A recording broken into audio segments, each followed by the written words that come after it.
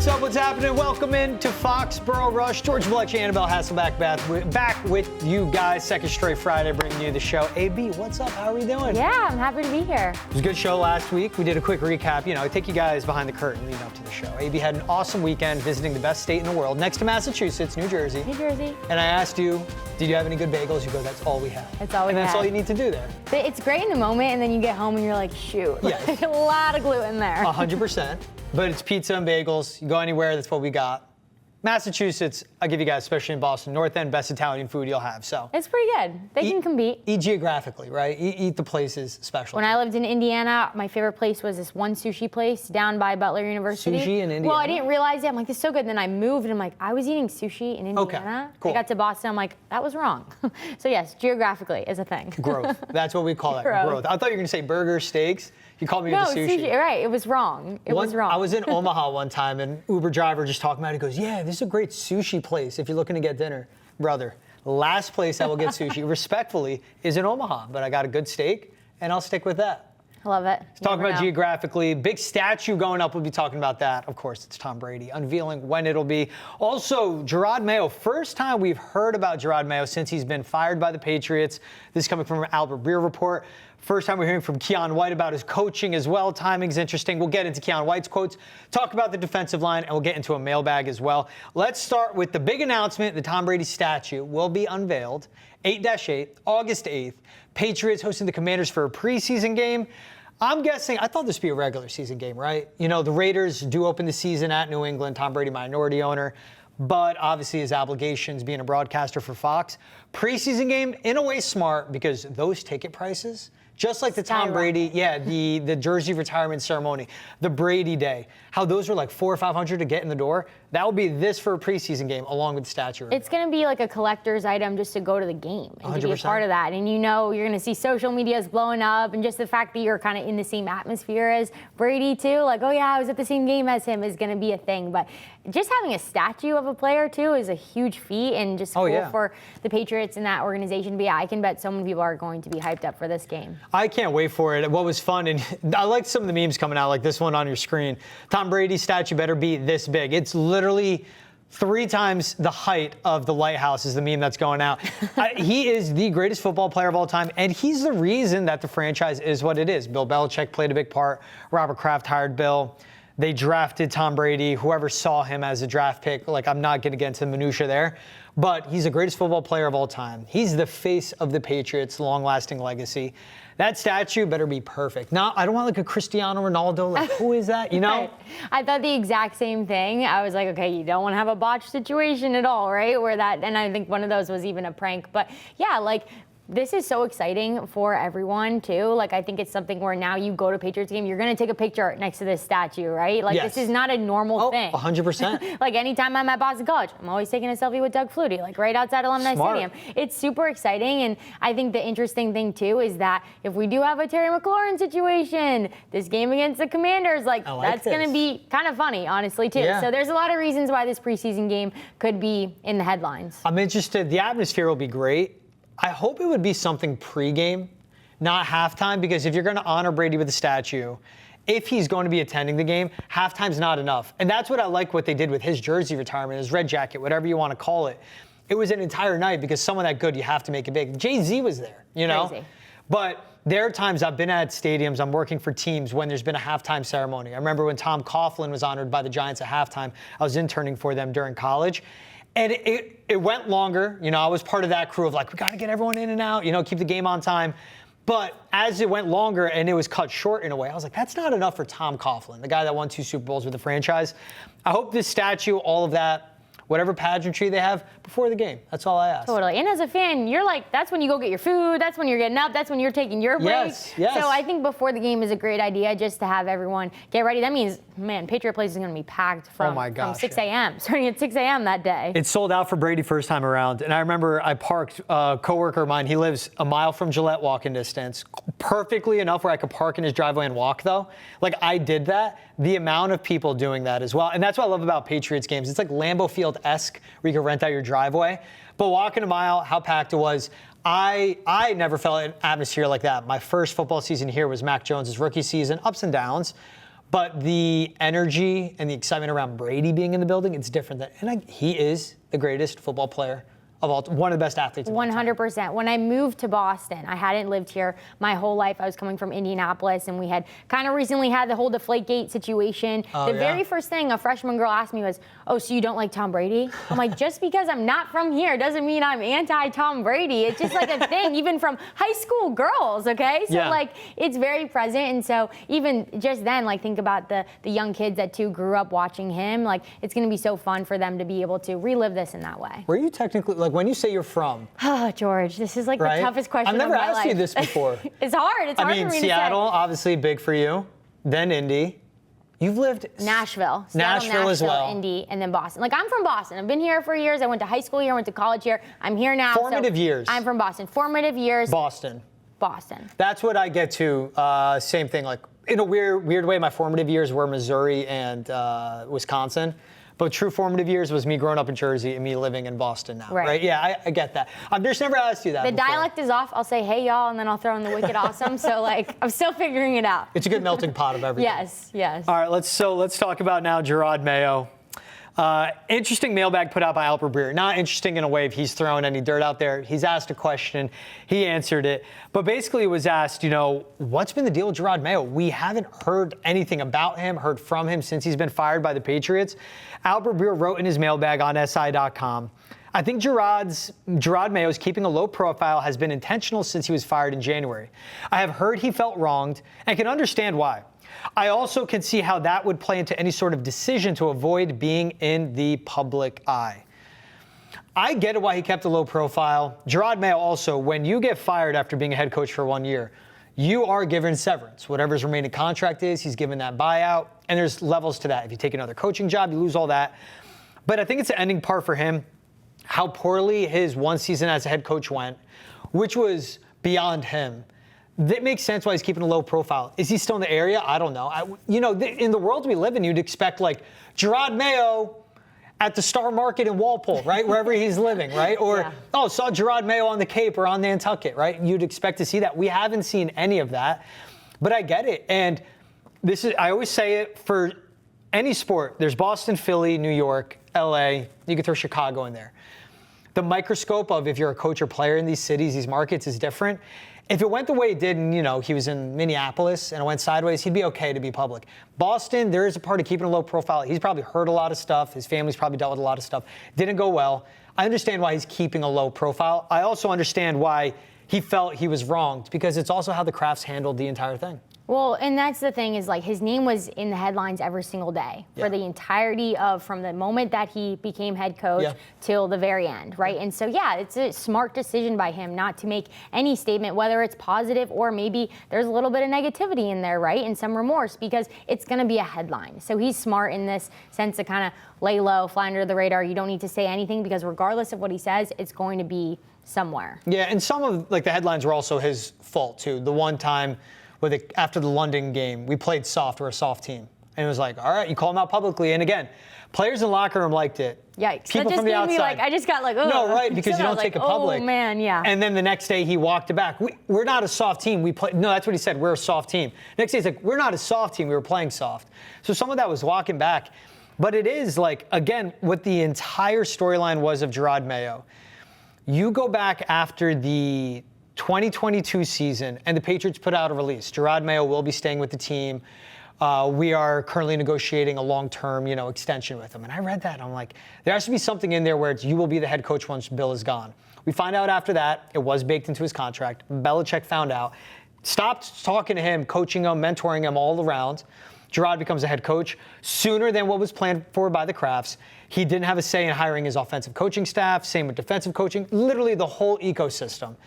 And we know for any head coach, and it's what we love about the structure the Patriots are now with Mike Vrabel, he picked the OC in a way. The Crafts definitely had a hand, but Josh McDaniels was the guy to hire. He picked his entire defensive staff. He picked other assistants like a Thomas Brown, like a Todd Downing. And he brought in his guy, Ryan Cowden. You need the head coach, the front office, to be lock and step. And you need to have the resources of the assistant coaches. Jerod Mayo was a first-time head coach. Alex Van Pelt was a first-time calling plays as an OC. DeMarcus Covington was a first-time defensive coordinator, along with a lot of other first-timers in the smaller coaching staff positions.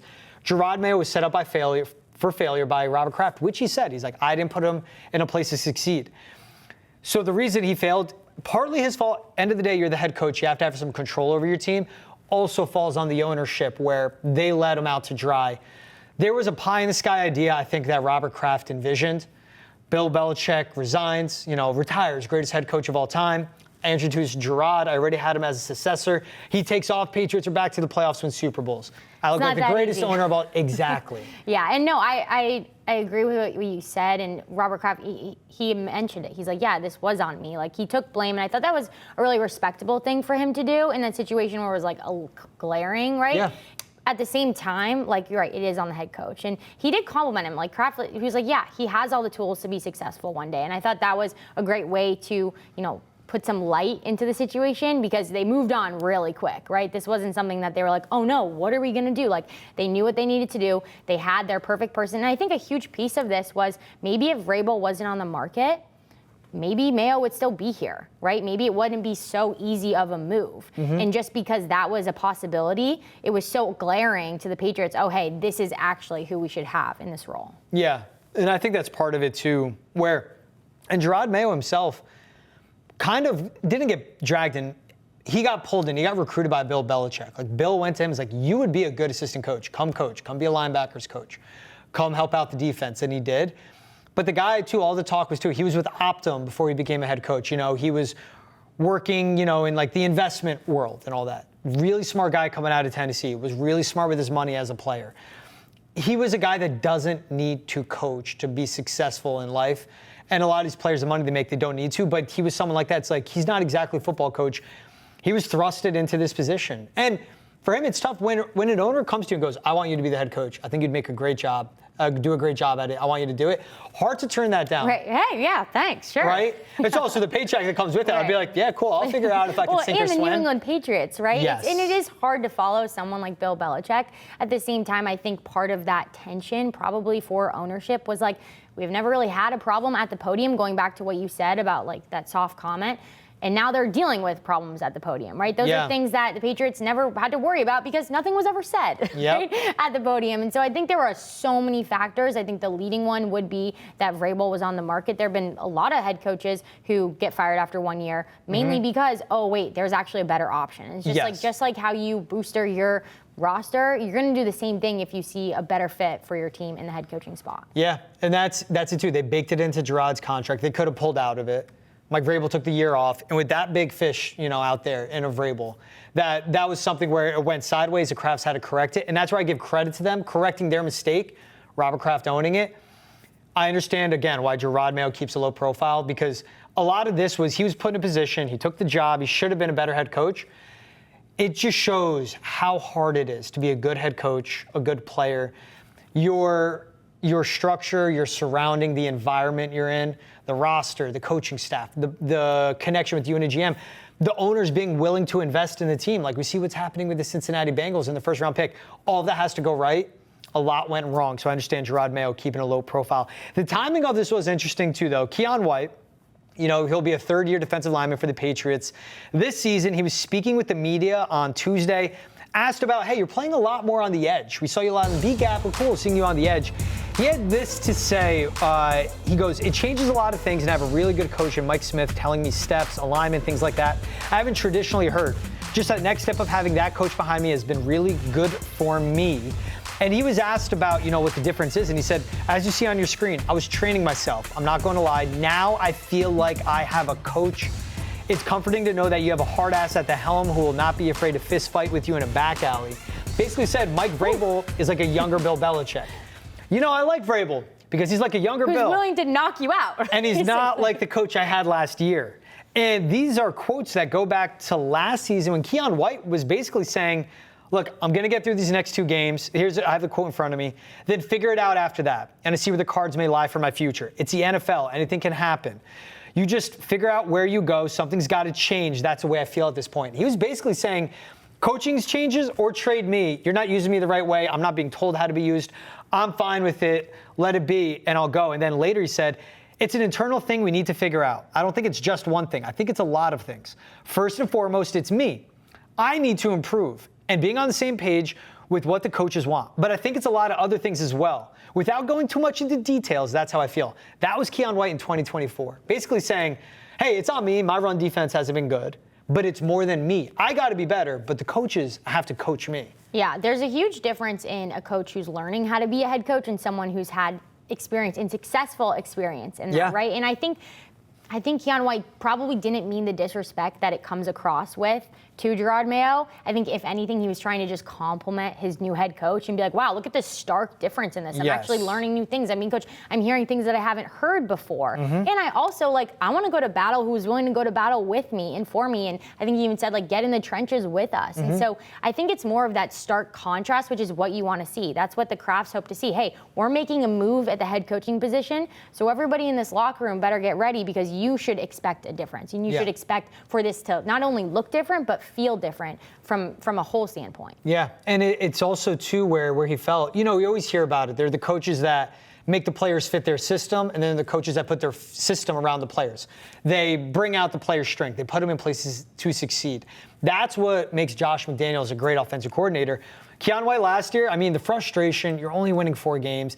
And it's not just only winning 4 games. It's they just looked like they were on such a different level than every other team they faced, and a tier below them. They didn't look like a smart NFL team, and that's tough. That wears on the players. Football is a difficult sport. You play once a week. You get your butt kicked at practice all summer and all week, and then 1 time a week do you have a game. Basketball's 3 times. Baseball's almost every day. Hockey, same thing, multiple times. Football is once a week. That wears on somebody. And it got to the point last season where he's like, look, I'm not playing well. I'm not saying it's not on me, but the coaches aren't helping me. Comes back to this year, simply asked, you're on the edge more, and he goes, yeah, I love this coaching staff. They're slowing things down for me. As you pointed out, too, he's just complimenting them. Talking about the outside linebacker coach, he's doing a good job of saying this is what you need to think of. This is your thought process. That's something I don't think I had before and what I was missing. Again, this is a coach, and he's complimenting his coach. Takes a dig at last year's coach, but, it is what it is. We saw the end product last year. Right, and it's probably not a surprise that there's oh, wow, look at the difference of what's going on in the coaching staff, and not just from Vrabel, but from everyone, right?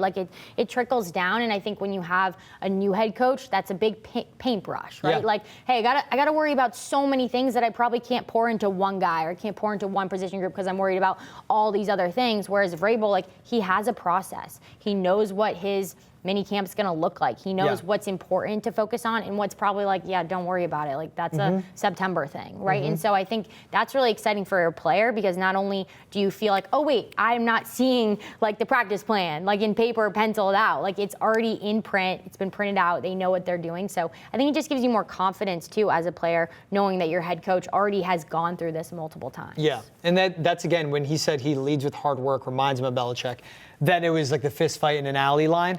And what you want coaches to do, they take the thinking out of it, right? They prepare you, they tell you where to be, what the assignments are. You as an athlete, you have the muscle memory. You have to think in a millisecond. And that's what this coaching staff sounds like it's doing for Keion White. I'm excited to see what they do for the rest of the defensive line. Run defense was terrible. Pass rush was worst in the league.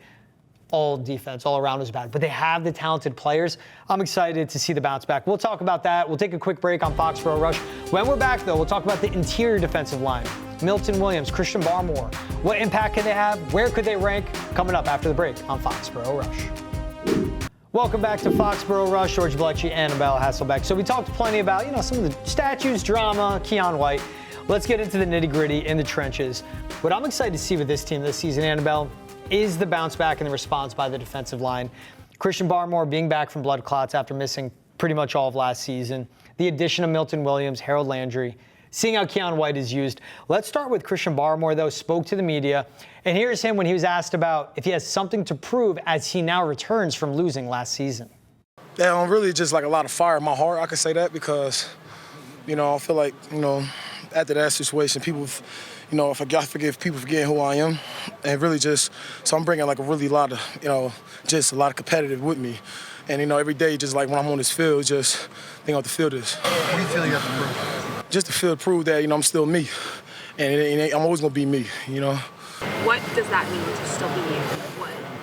It's just like, man, it's just like, go for me, you know what I'm saying? Like, that stuff I went through, man, it was not, I would never ever want nobody to go through that, like I said earlier. Like, that stuff, imagine somebody stopping you from breathing and literally, like, stopping you, like, literally. Like, that, man, now I can breathe again. Now, them lungs open up. So what's up? Yeah. Physically, have you had any, like, limitations, or are you full? I'm good, man. I'm good to go. Green light. I love that. Good to go, green light. He gives a peek in a little bit of, dealing with the blood clots. Like, that was something serious. When that came across, it wasn't, what are Patriots doing at defensive tackle? It is, what is Christian Barmore doing with his quality of life? Hear from him. You hear the energy. Obviously, he's excited to be back. Shows how scary that was. That he said it's like literally something taken away. I can breathe. But the energy as of that podium. And this is a guy that I bet is reinvigorated, seeing the D-line room around him, and obviously just being back to being on the football field. Definitely.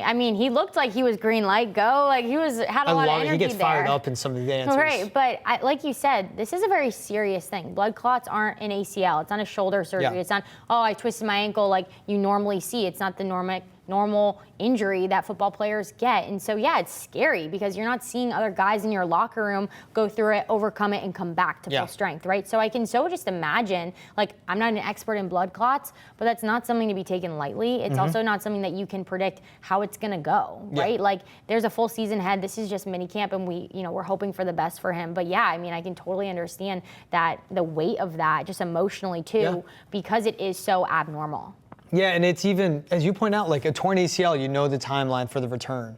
That's what's scary. Concussions, stuff like this, a blood clot. Like, there isn't that, okay, you can move your knee now, you're good. It's the ramp up. And for him, he returned to football and then was put back on the non-injury exempt list. And it was signs coming up. He was practicing, playing, limited snap count, then got it taken away. And this is a guy, too, that was coming off a career year in 2023, career high in pressures, career high in sacks as well. And he's so important for any defense's success. And he's excited about this upcoming season because the system he'll be playing in, we're not going to see the 3-4 that's been iconic for the Patriots anymore. It's going to be 4 down defensive linemen. They bring the pressure. They blow up the run game. Linebackers behind them clean everything up. But it starts with the interior pass rush, him and a Milton Williams. They're essential to the entire defense's success. Having Barmore back, going into last season, you would say he was their best player. Like, I confidently said that in the offseason. He's their best player. They were without him. Christian Gonzalez, more experienced. Now him up front, getting better in the secondary. He should have a huge year, but especially in Terrell Williams' system, where we're going to see a 4-2-5, 5 defensive backs out there. But it's going to be Christian Williams. He says green light go in practice. It's going to be green light go get to the quarterback for him. Definitely. I love the green light go, the green light go phrase. But you're right. You mentioned his resume, and he's not really probably has to prove anything to us. Like, you named it. Like, we know what you can do. We know what you're capable of. But when you're an athlete coming back from an injury and something very serious like that with a health concern, it's almost like you have to prove it to yourself. And that's what he said. What did he say? He said, I have fire in my heart. Like, I'm green light go. I'm ready to go. It's almost like, hey, I know that you know that I'm good, but I need to, for myself, prove that I can come back from this. I can be the same mentally as I was. I can be the same physically as I was. I can feel the same way. Almost sometimes, too, as an athlete, when you go through an injury or something with your health, you have to, like, retrain your brain. Oh, wait, I am supposed to feel tired in this moment. True. Oh, wait, this is normal. Like, I know what it's like to get hit. It hurts, but, like, you still play through it, right? And so I think part of that is just getting back into it and more so proving to himself. The best competitors are really hard on themselves, right? So less of proving to us and proving to the Patriots and fans, like, hey, are you the guy? Like, you're the guy. You're going to be one of the leaders on this defense, on this stacked defense now, but really just more so for himself. Yeah, and that surely is what invigorates him. Here's Christian Barmore talking about everybody on the defensive line, how they can be dominant, because to your point, he's the guy. He is the dude, but he knows how special he is him, capital H. He knows how impressive all the dudes around him are. Man, them boys is dominant. Keion, you already know how he is. He dominant, Melton dominant, and for me, it's just like how we gonna just come and roll and take over the game. That's our goal. How the D-line gonna take over. The game went up front, so that's our goal every time we on that field. How do you feel like that group is coming together so far? A lot of new faces in the D-line. I feel like we being really well. We really already getting used to each other. We talk all each other, like study more each other. We in the meetings together, so we doing a lot of stuff together. Do you feel like you have that potential to take games over? I feel like the whole team do. My whole team do. My whole defense can. That's all I know about. It ain't all about one player. It's all about everybody. I love how he gets like so locked in. I think he forgets where he is. Energy. I thought he was gonna run through me. I'm like, wait, I'm in a screen. He forgets where he is, I think, when he's answering questions, because he starts like doing that, moving, like watching him since he was a rookie, starts talking fast. And I think he like gets in his mind playing football and he wants to leave the podium and go play. Right. But he names the guys, a Keion White, even an offseason addition on a one-year deal, like a Kyrie Tonga, who's a run-stopping defensive tackle. There's Milton Williams, Harold Landry, the guys he drafted, Joshua Farmer, Braden Swinson. This is a very deep defensive line with very specific skill sets for the most of them. And it has to be exciting when he is a guy sitting in a meeting room or at practice and you understand what everyone does. And for Christian Barmore, like, they will bring out the best in him. He's going to bring out the best in Milton Williams. And I think that's where a lot of excitement comes from. Him and Milton Williams, terrific interior pass rushers. Christian Barmore, good against the run. Milton Williams could get better. But then he sees the guys on the outside playing on his outside shoulder, how they'll support him. That's where this excitement has to come from, because this defensive line was putrid last year. They blitzed a ton. It didn't make sense with the scheme and the personnel. This one now, the personnel matches what we expect the scheme to be. Definitely, and it also probably feels good for him, someone who was a leader on defense and kind of was him, right? He was that guy, to now have other people that can help you, and that, you know, when you're not bringing the energy and you're not the vocal leader, or you're kind of dying out there, might have even some doubt, you got a guy on your side that's going to bring that for you. And you have Milton Williams too, to be that leader as well. Like, you know, he's the highest paid guy in the Patriots right now. Like, you see in also that investment too in the defense. I think that's something as a player, like, oh, look at what my coaching staff in our front office did, like, for this group. They know that, like, it's not all on him. And he even said it, like, it's all about everybody. Like, we all got to play as a unit. We all got to be together. And if you're not all about everybody and you don't like everybody, you're not saying that. So clearly he's jacked up about this group, and it's really fun and exciting, and it feels like they're excited about it too. It's part of an athlete. I think it's part of any team environment you're in. When you look to the person to your left or right, and like you are willing to put it all on the line for them, that's what makes you play harder too. I like that you point out for Barmore, it's like he wants to prove himself right. You know, he wants to show to himself, like, he's his own competition, which I think is the healthiest thing someone can have. Don't compare yourself to others, but focus on yourself. But say if you're down, say if you're tired, you look to the person to your left, they're out there battling with you. That's what pushes you harder. And in a way, it's like a winning culture helps. A winning culture is what gets you to show up earlier, what gets you to stay later, what gets you to work harder. Compared to a losing culture like last year, like, why am I going to show up 6 a.m. for treatment? I'll just get there at 6:15.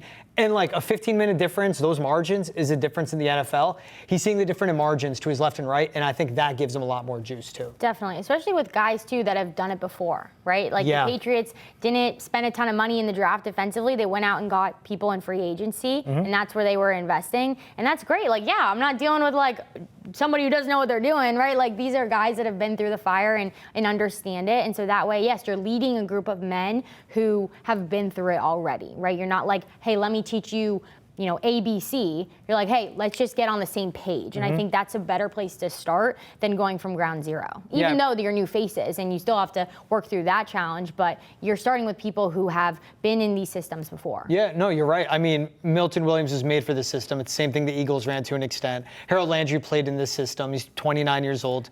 Keion White's entering year 3. What's that? Roll leagues. Roll leagues for Harold Landry. Good plug, of course.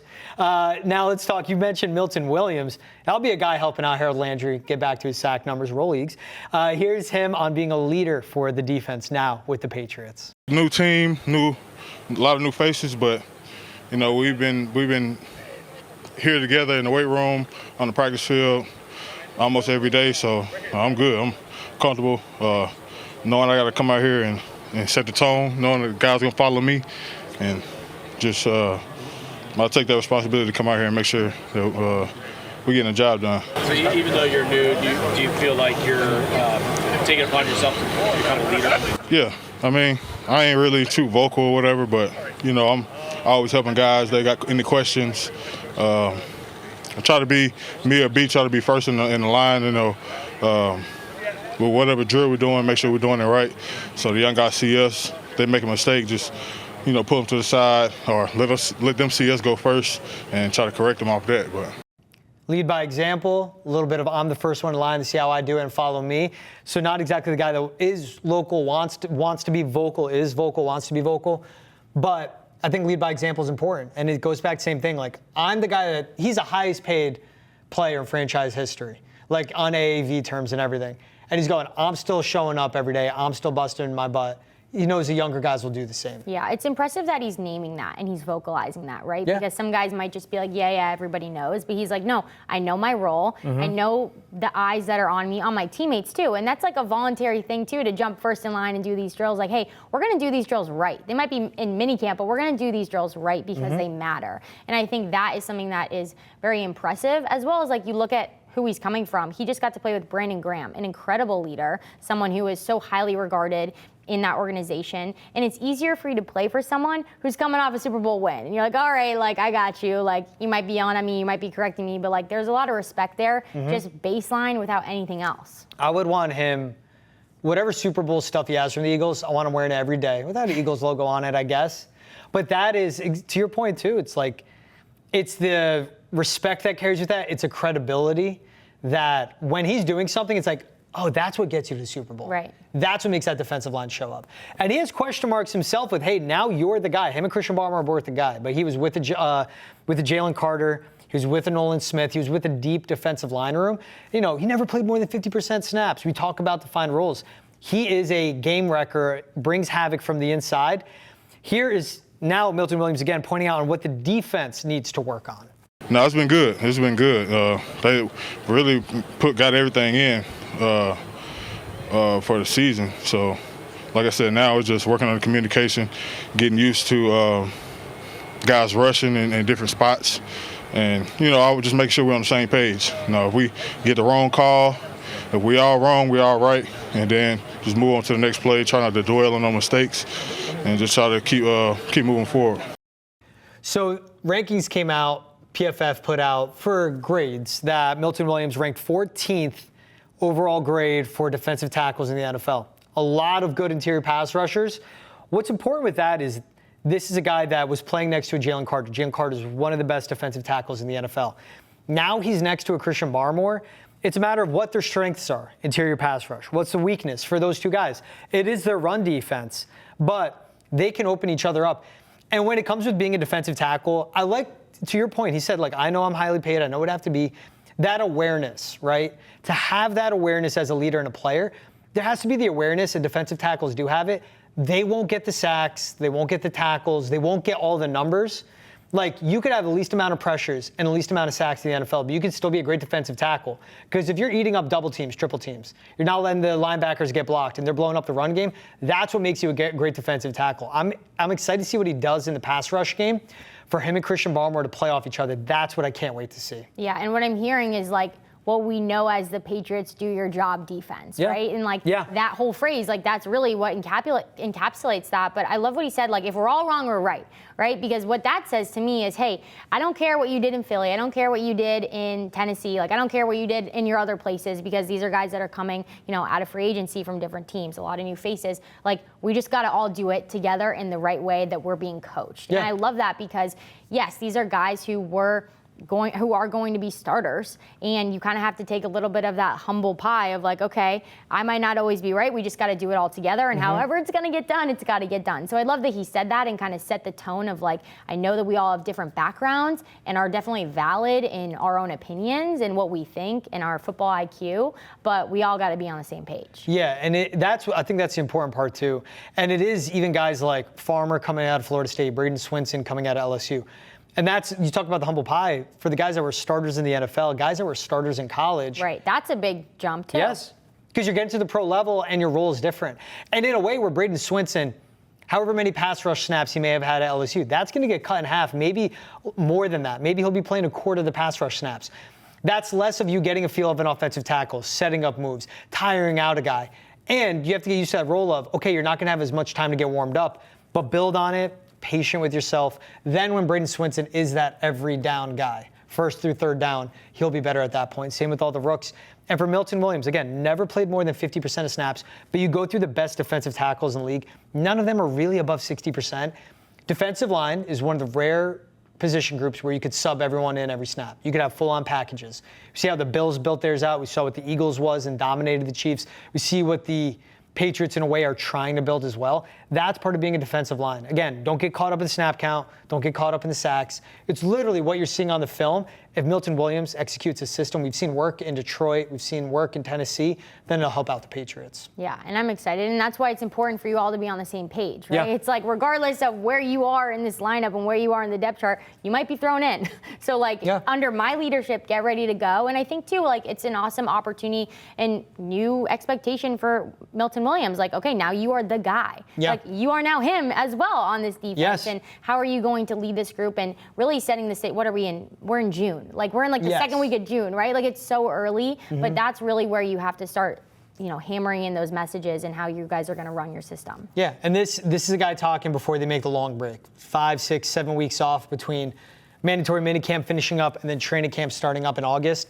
Long break. These are the guys that you want, though. Again, sending these messages in the media. You know it's being said in the room and getting to that point. All right, we'll take a quick break here on Foxborough Rush. When we're back, we'll be talking some new coach-quarterback combos, where Drake May ranks ahead of the upcoming football season. We'll be right back after Foxborough Rush. Welcome back to Foxborough Rush. All right, AB, let's get into this. So there are new rankings out. Best new quarterback coach duos. So only the new quarterbacks coach duos. So they could be vets, they could be guys that are traded. Like in our case, Drake May, he falls under this because he has a new head coach in Mike Vrabel. So the rankings put out by CBS Sports, this one from Cody Benjamin.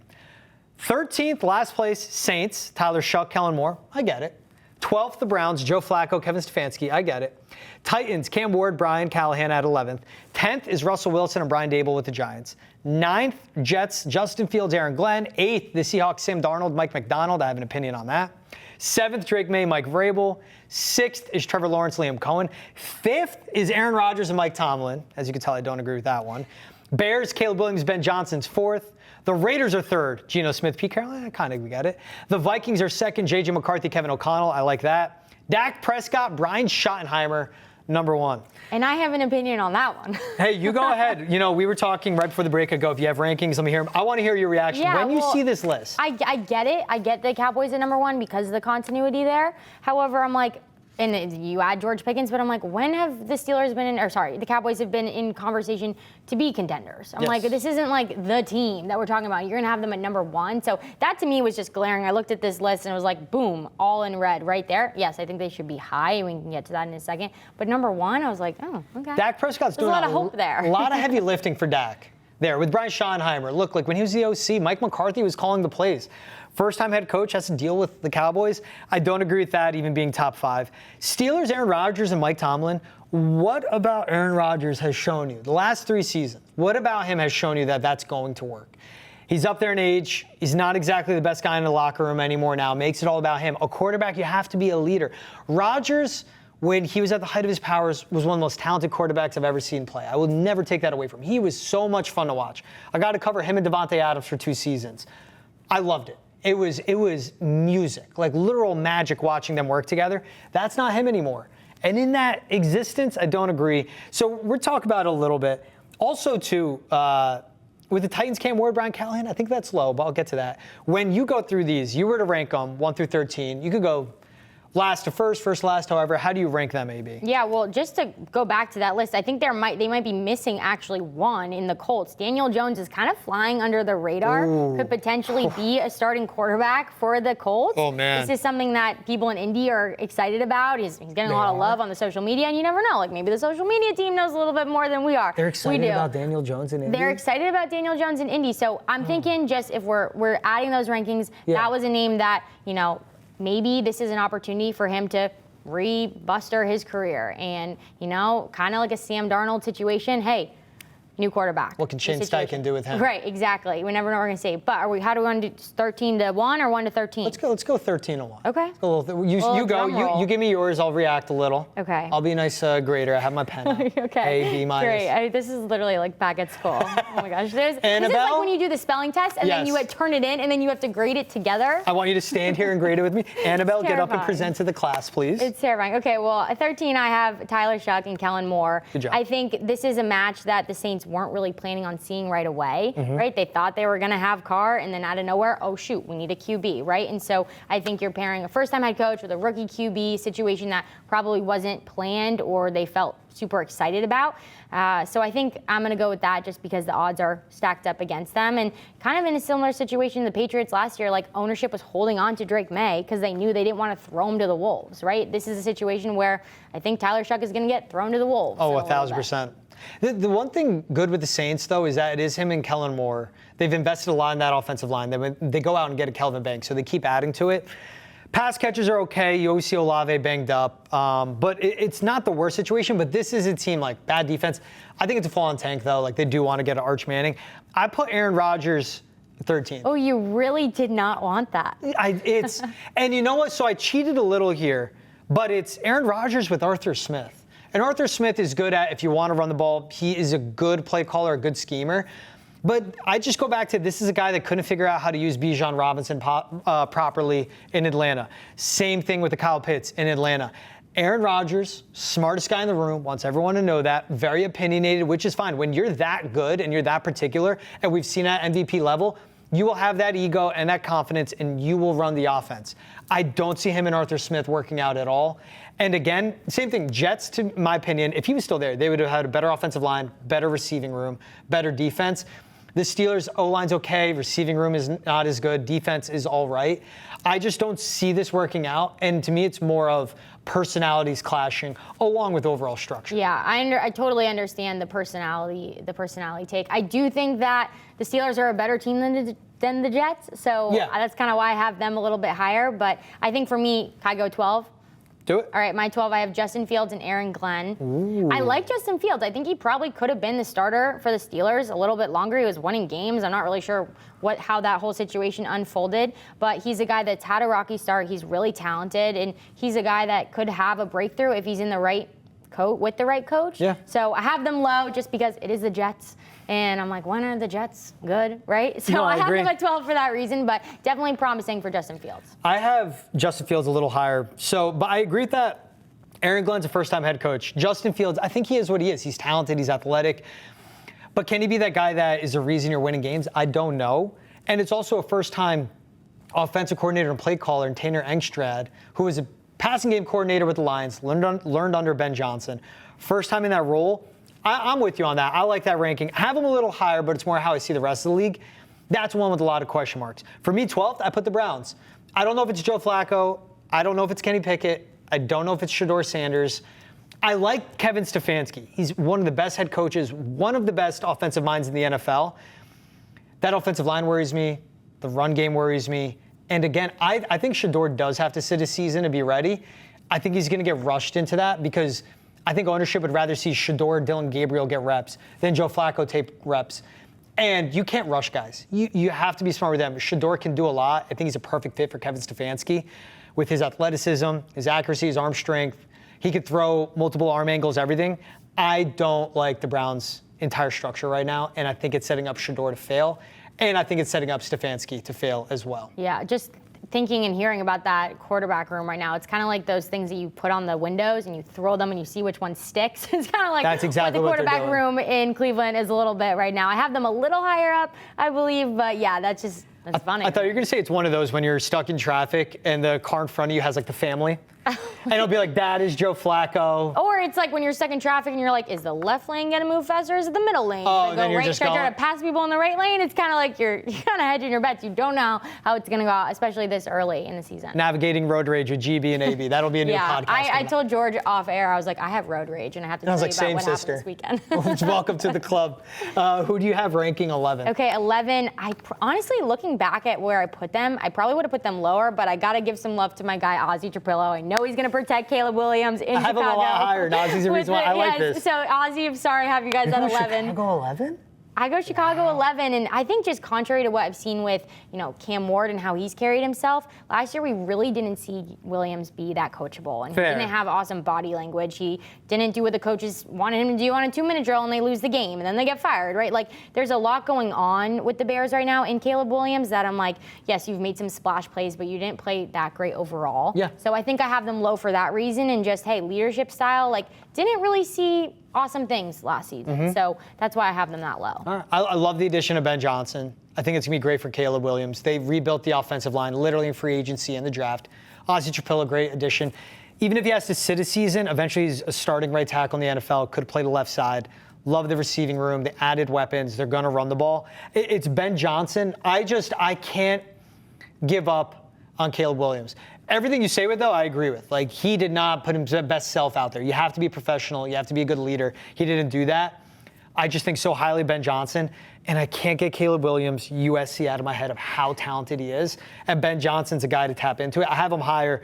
For me, 11th, I have New Orleans. We talked about them. I'll go 10th then. So for 10th for me, just in front of New Orleans, I have Russell Wilson and Dable, which is same ranking for CBS. I love Brian Dable. To me, it's more the Russell Wilson. Like, I kind of wanted to put down Jackson Dart, and I would still put him 10th. Okay. But Dart sits a season. He'll probably play 3-4 games at the end. So that's where I have him there. Who do you have 10th? Yeah, they have an interesting quarterback room too. But I think Very. 10, I have Cam Ward, Brian Callahan, #1 overall pick, and he has the ability. But contrary to what I just said, he seems very coachable. He's in there. Everybody's talking about this guy's in there at 5 a.m. Like, I think this is a great pairing. #1, he's got Tyler Lockett, who's a veteran, wide receiver there that'll help that offense. But I just think 10, you're not a contending team, and you're a rookie quarterback. Yeah, I have Tennessee one more spot ahead of you, so I put them 9th. You outlined it. Cam Ward, again, all his talent, he is a leader. You pointed out, too, like the work ethic, all of that. I love his composure. And Brian Callahan, very good offensive mind. Again, built the offensive line. They have a run game existing with Tony Pollard. Deep receiving room. Do they have alphas? Do they have, that apex predator on the outside? No.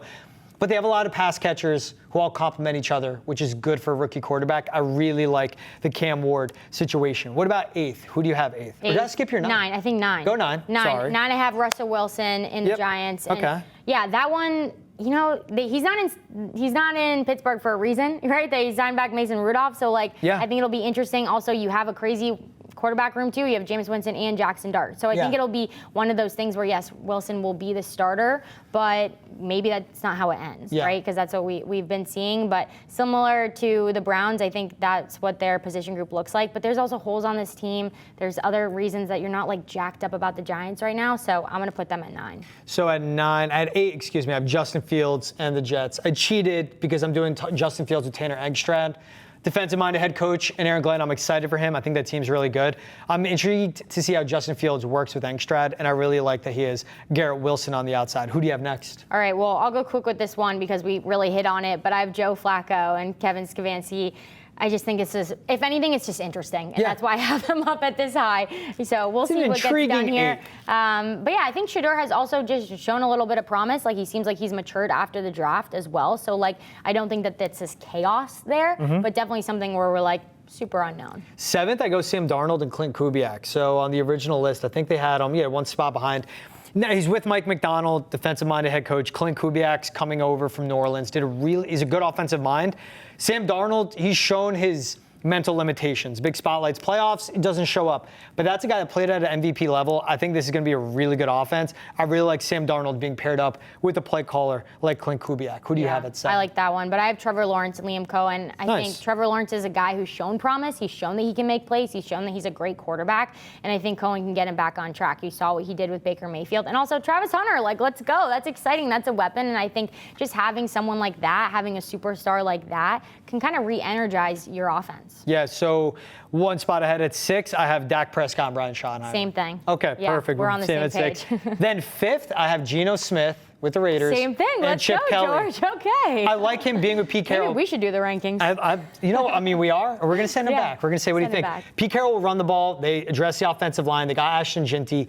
But Chip Kelly, too, he is an innovative offensive mind, and coming from the college level, with a guy with as experienced as Geno Smith, if he could continue being him, top 12, top 10 starter, is good in the fourth quarter, is good when the pocket blows up and throwing the ball on movement, Geno Smith is good. It's an intriguing offensive system. Jacoby Myers, Jack Besh, Brock Bowers, a lot of inside receivers, but I think they make it work. I like Geno Smith with Chip Kelly. So you have him 5th. Who do you have 4th? Fourth, I have Drake May. Wow, we're Mike 3 in a Vrabel. row. Yes. Are you really? No I have way. Drake May, Josh McDaniels. Let's go. Yeah, I'm excited about this. I think people are mentioning that combo, but also you have Josh McDaniels, who was probably underrated, right? Hire for the Patriots this offseason. And also, Drake May's broken the ice. Like, he's not going out there like first ever NFL game. Like, Yeah, he has one got under his belt. touches last season, so I'm excited about that. That's why I've had them so high. Yeah, so then third, I have Trevor Lawrence and Liam Cohen. Liam Cohen coming from Buccaneers. You saw I did with Baker Mayfield. T-Law got BTJ, now has Travis Hunter. I have him a little higher than you. I like Trevor Lawrence. I really want to see him healthy and with a good offensive coach, and I think he has that. Then second, I have J.J. McCarthy, Kevin O'Connell. And then first, I have Caleb Williams and Ben Johnson. You have them 11th, I have them number 1. Well, you're going to be mad about this one. At 3, I have Aaron Rodgers and Mike Tomlin. I'm like, Hall of Fame coach and player. I got to give it to them at 3. 2, I have Sam Darnold and Mike McDonald. Nice. You saw what Mike's done in Seattle, 10-win season, and Sam Darnold is coming off hot. And then at number 1, J.J. McCarthy and Kevin O'Connell. He's the best team around him. J.J. McCarthy was the guy, was planning to be the guy. You know, that didn't happen last season, and he still is the guy. They didn't take Aaron Rodgers for that reason. They didn't sign Sam Darnold back. So I'm going to go with Minnesota at number 1. I'm buying all the J.J. McCarthy stock. We saw what Sam Darnold did in this system. J.J. McCarthy has the mental fortitude you need to be a QB. I'm so excited for him. He had a year to basically soak it in, learn the playbook, a redshirt season. I'm excited for that. Look, I'm going to give you an A on your list because there's no wrong or right answer. So I feel like you're giving yourself an A. I'm giving myself an A too. I cannot hate on Rodgers being that high because guess what? We don't know anything. True. But I love the opinion, and I love that you put him that high. We'll take one more break on Foxborough Rush. We'll be right back after this. Welcome back to Foxborough Rush. George Balekji, Annabelle Hasselbeck. All right, we're going to do one quick mailbag before we have to end the show. I told our producer we wouldn't. We're doing it. He goes, David Ruiz, 1814. Everyone forgets about this little-known thing as a practice squad where guys can develop for 2 seasons. You could expect Polk, Baker, Chisholm on that squad. I would expect Efton Chisholm. I also think G. Scott could be a stash on the practice squad. Good straight line runner, was a tight end at Ohio State. I know you know him. I really like him as a pass catcher because he was a receiver converted to tight end. That's a guy I want on the practice squad over Javon Baker. Yeah, I'm excited about both those guys. But I love that you named G. Scott. I got to spend time with him at Ohio State last fall, and that's like a very high character guy too. Best friends with Travion Henderson, so I think that'd be a perfect match. And his dad obviously played in the Seattle area. I know he does a lot out there. His dad, like, someone that I've just like followed over the years, like good head on his shoulders with G. Scott, everything I hear about him, and you know who his dad is, like, yeah, it all checks out. Yeah. A professional. I'm excited to see him develop. She's Annabelle Hasselbeck. I'm George Balekji. That was a quick mailbag. This is Foxborough Rush. Appreciate you guys making us a part of your day. Make sure every Monday, Wednesday, Friday, 1 to 2 p.m. on Nesson Nation. You can catch us also on Nesson's YouTube page and Spotify. Subscribe to Nesson on YouTube. Give a thumbs up to our videos. Leave a comment. We bring you into the mailbag. AB, GB. We'll see you guys next week.